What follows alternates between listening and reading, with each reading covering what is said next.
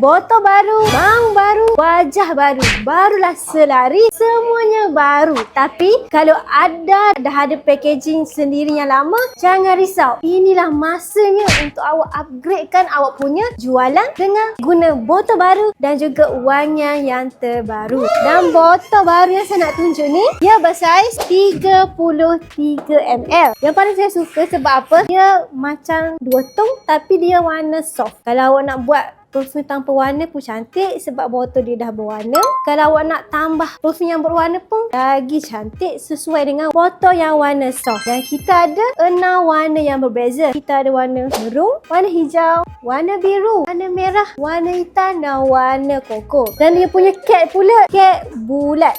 Spray jenis skru, boleh buka dengan tangan. Kalau awak nak tengok dia punya atomizer, sangatlah cantik. Botol baru dah. Kita nak tahu pasal wangian terbaru kan? Wangian terbaru kita ada sediran dekat sini, dekat satu sudut. Yang ni semua wangian yang terbaru. Kita ada lebih kurang 100 wangian yang terbaru dah yang ada dekat rak ni. Dan untuk harganya pula, dekat Encash ni kita sentiasa tawarkan harga yang termurah. Awak tengoklah ni, kita ada katalog daripada pelbagai sizing, daripada 2ml sampailah 100ml. Kalau awak pembeli borong 10 botol tu, awak dapat dengan harga borong RM18 sahaja untuk sebotol. Tapi kalau awak order lagi banyak, awak akan dapat dengan harga yang lagi murah lah. Even botol baru, kita still menawarkan harga yang terendah lah untuk customer kita. Nak terawang yang terbaru ataupun nak terawang yang sedia ada, datang dekat showroom kita. Baru puas hati, boleh try sendiri dan boleh pilih sendiri. Jadi kalau awak berminat untuk dapatkan botol ni, awak boleh saja walk in ke Encash Perfume, ataupun kalau awak jauh, awak boleh saja klik link di bio saya atau mana-mana tim saya ada dekat Encash. Dan juga jangan lupa dengan tagline saya, ketahanan dan keharuman wangi awak, keutamaan saya. Ingat tagline saya, ingat Encash Perfume. Bye-bye.